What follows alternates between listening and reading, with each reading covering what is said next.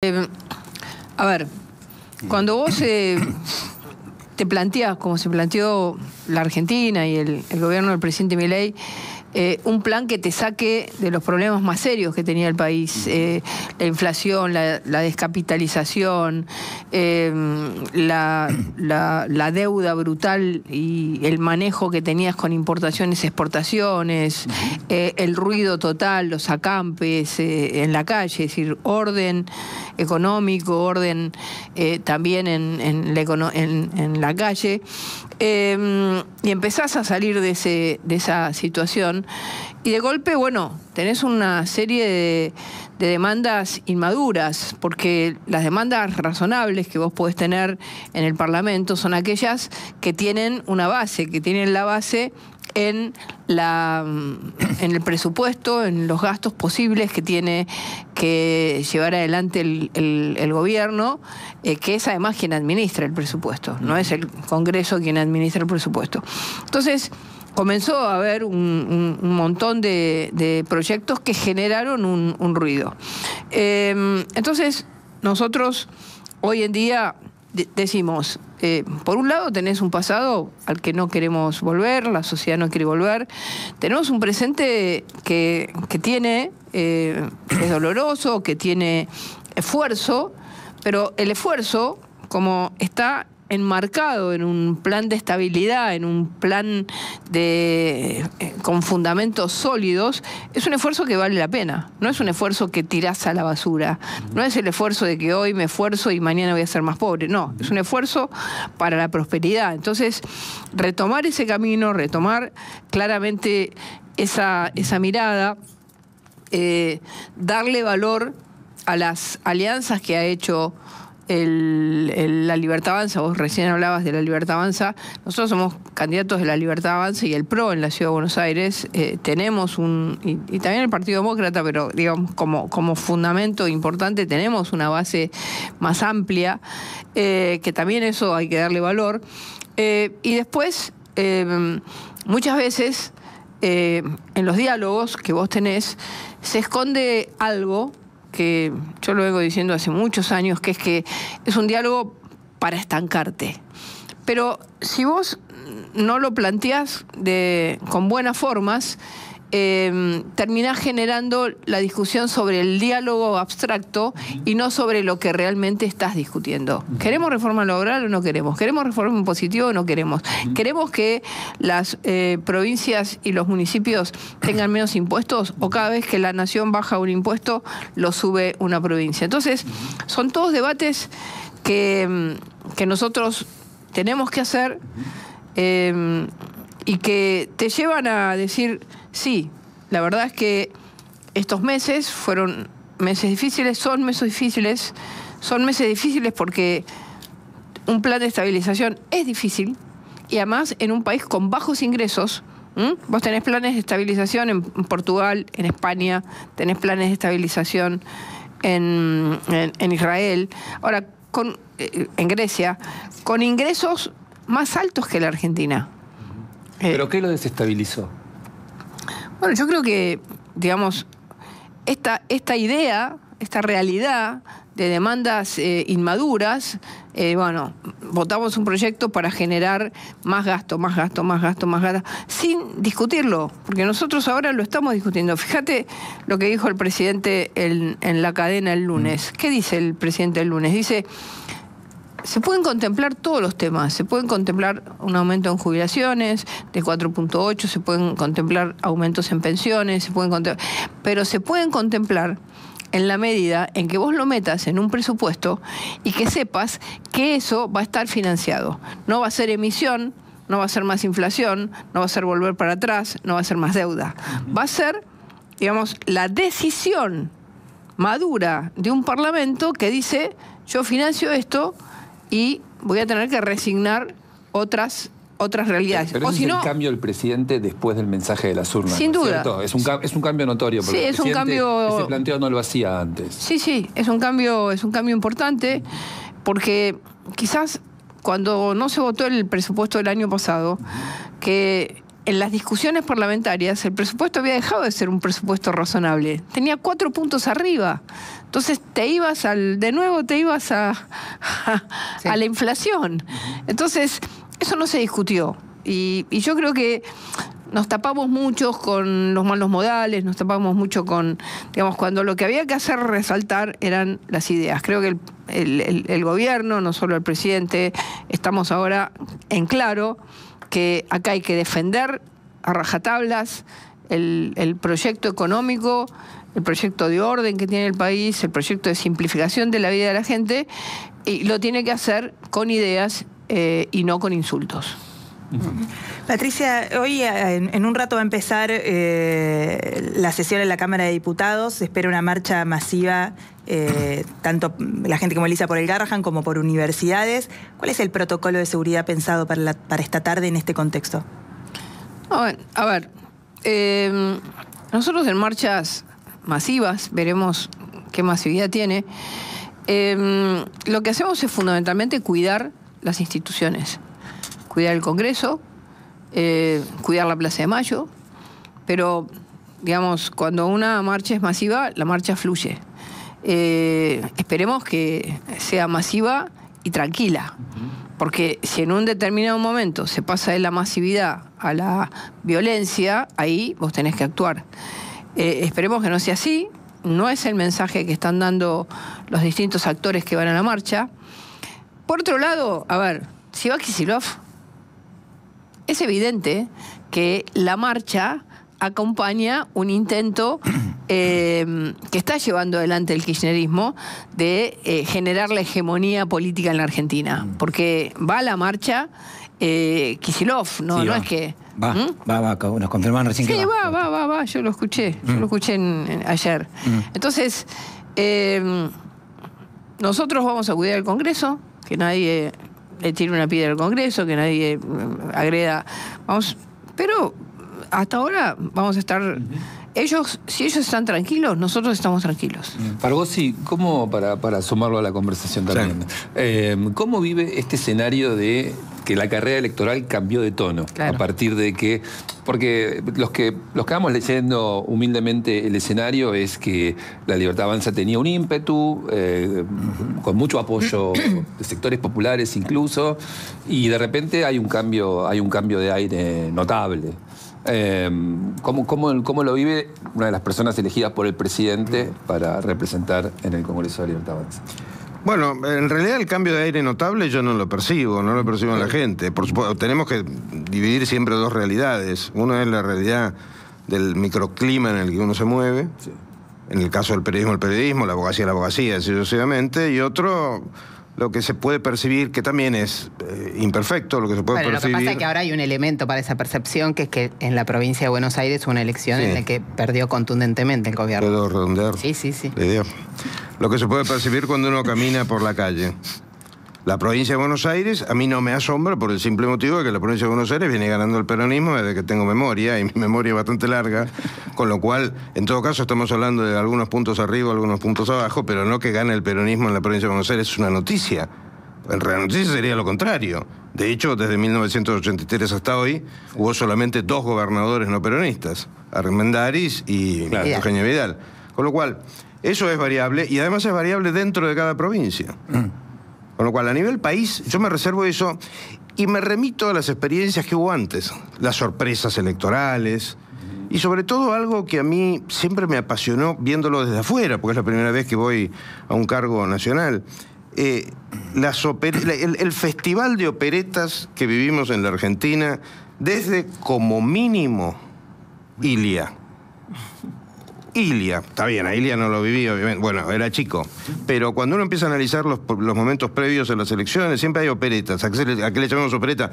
A movidas de opinión pública fogoneada por tal o cual noticia falsa. ¿Españolo opereta para usted?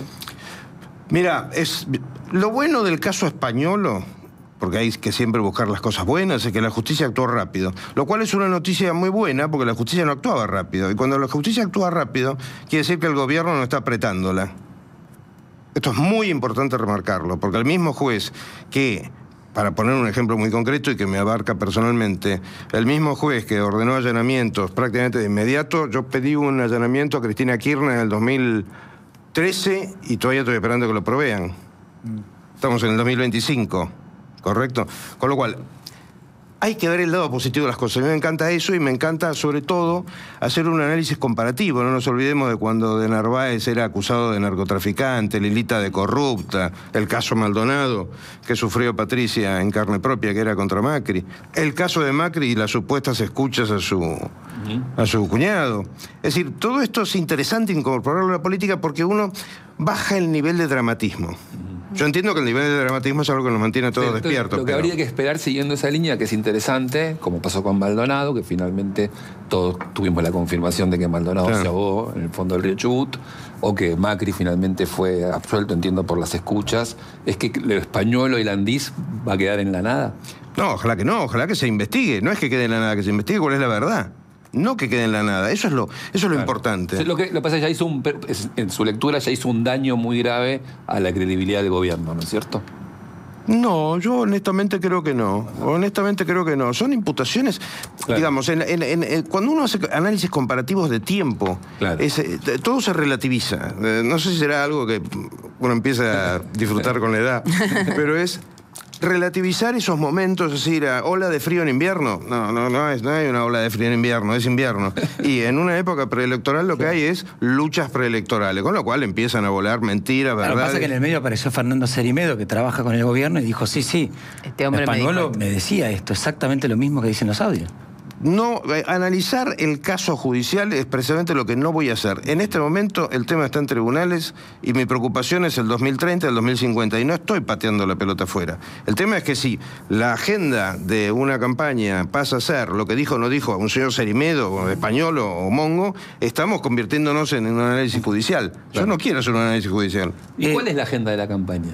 La agenda de la campaña es precisamente algo que desde el punto de vista mío por lo menos es apasionante, que es recuperar, y a ver si lo explico bien, recuperar la libertad. ¿Qué quiero decir con esto?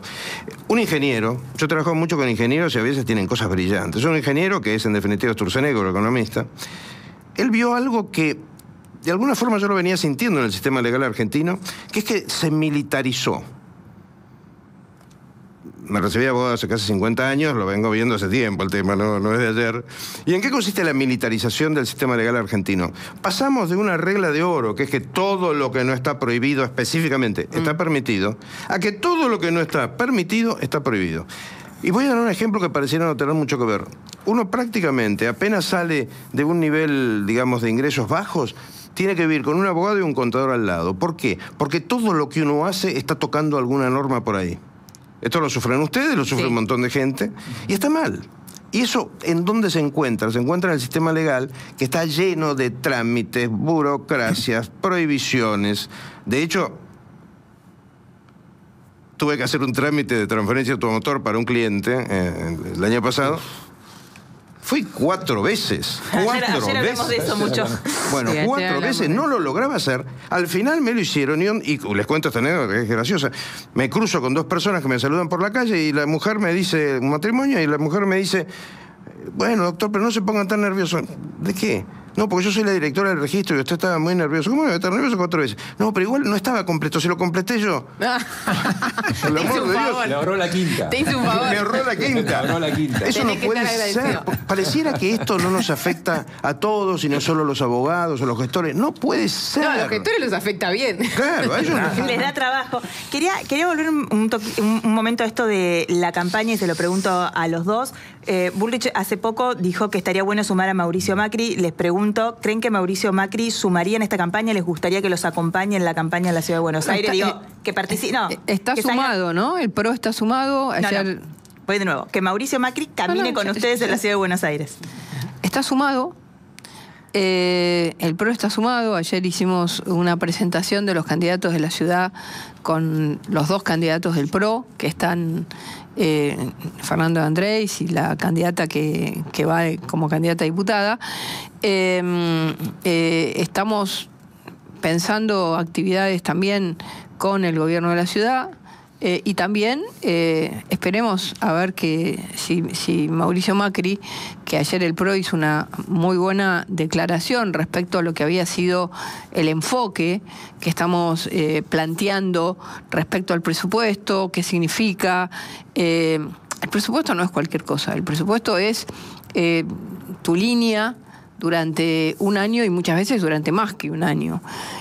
Marca qué tipo de impuestos vas a tener, marca qué tipo de libertad vas a dar para el comercio, marca que tiene que haber una relación entre provincias, municipios, es decir, marca muchas cosas. Entonces hay una muy buena declaración. Así que esperemos que sí, esperemos que haya una, digamos, una puesta en la participación, que ya el PRO lo está haciendo tanto en capital como en provincia. ¿Usted lo llamó a Macri, por ejemplo, para invitarlo a alguna actividad en particular?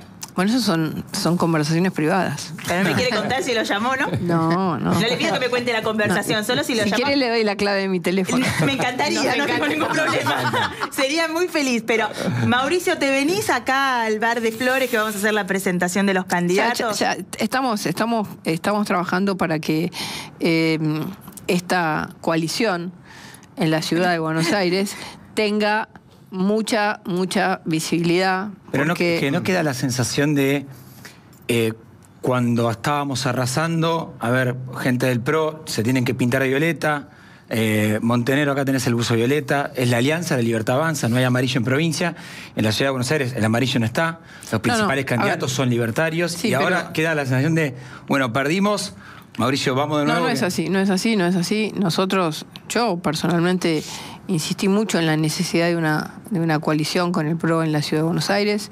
Me parece que es importante porque el problema, cuando vos mirás las elecciones, es que si vos vas con una cantidad de ofertas o de candidatos que todos podemos representar una mirada republicana de un país con prosperidad, con la necesidad de que el capital, la simpleza, el sistema tributario, le dé libertad a la gente y se pueda abrir a un país más competitivo, con mejores salarios.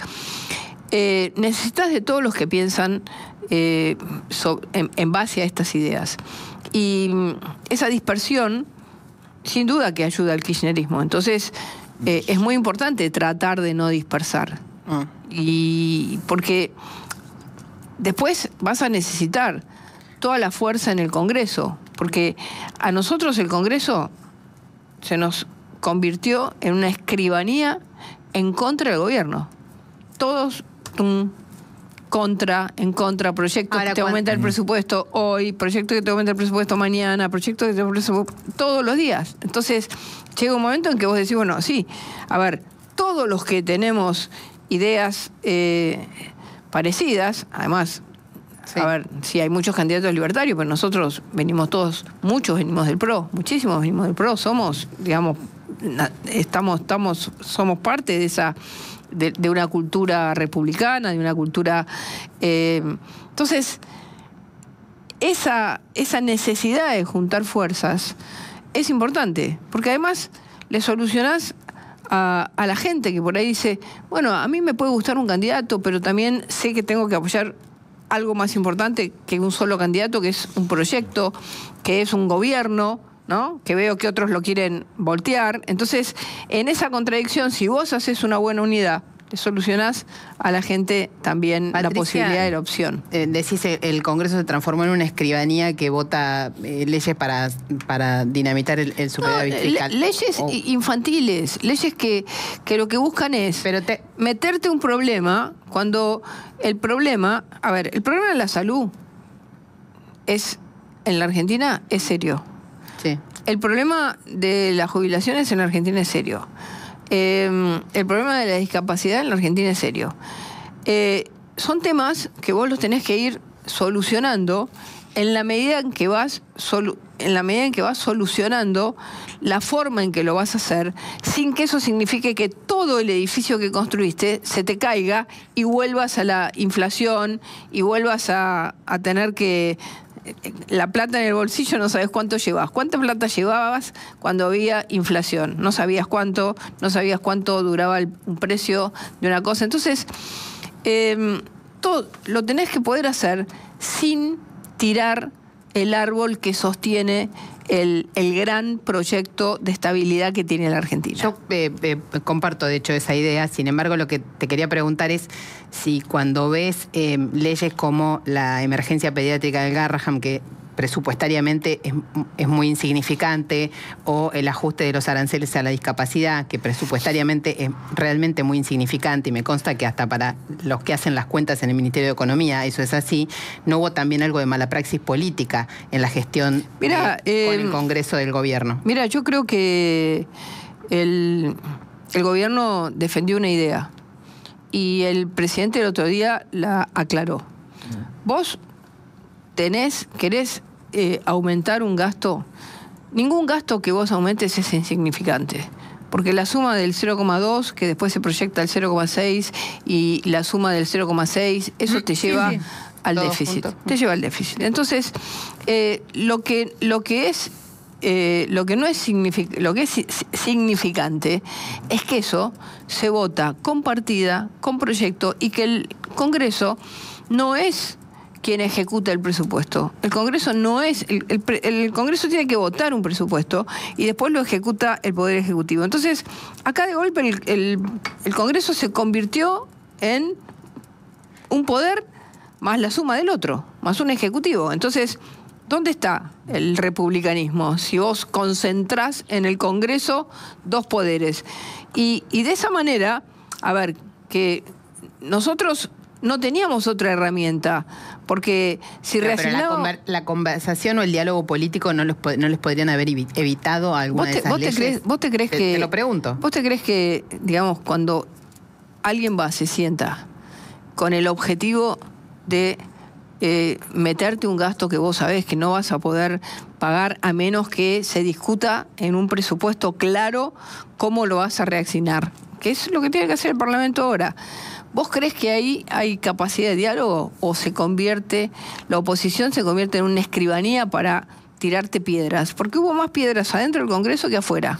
Patricia, la realidad es que cuando se estaba votando, por ejemplo, discapacidad, hubo negociaciones durante el tratamiento y lo que proponía del otro lado del gobierno terminó siendo insuficiente. Digo, es que porque si no, tardío. Pero también partimos de una base. A ver, partimos de una base.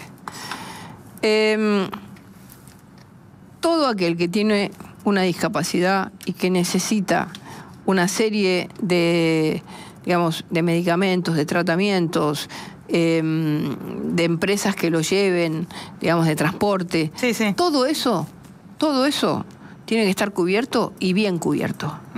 El fraude no. No, por supuesto. El fraude no. La cantidad de pensiones que se dieron en la Argentina muestran una mala praxis. No, Entonces, perdón, ¿hay mala praxis en la política? Bueno, a ver, ¿qué sería? ¿Que nosotros aceptemos el fraude? ¿Eso sería la buena praxis? No, que lo corrijan. Son gobierno hace 2 años y ustedes advierten que hay... Digo, yo como periodista en PPT hemos denunciado las pensiones truchas, no en en un montón de notas. O sea que sé perfectamente y coincido, y eso es una estafa, sobre todo a quienes sufren discapacidad. Claro. Eso es una cosa. Otra es que un nomenclador no esté actualizado y entonces una persona que no puede pagar de su bolsillo una prestación y que es clave para la calidad de vida de esa persona con discapacidad no esté actualizada, que muchas veces lo paga la prepaga. ¿Cuántas veces se plantearnos justamente trabajar sobre el nomenclador? Muchas veces. Entonces, también... ¿Por qué no hubo un veto parcial, por ejemplo? Porque la ley, cuando vos la lees, está muy mal hecha. Está muy mal hecha, es una ley confusa, que no va al fondo de la situación del problema que tenemos, que no reconoce a la familia que tiene una discapacidad, reconoce, digamos, a todos por igual, sin saber que hay fraude. Y nosotros no vamos a permitir eso.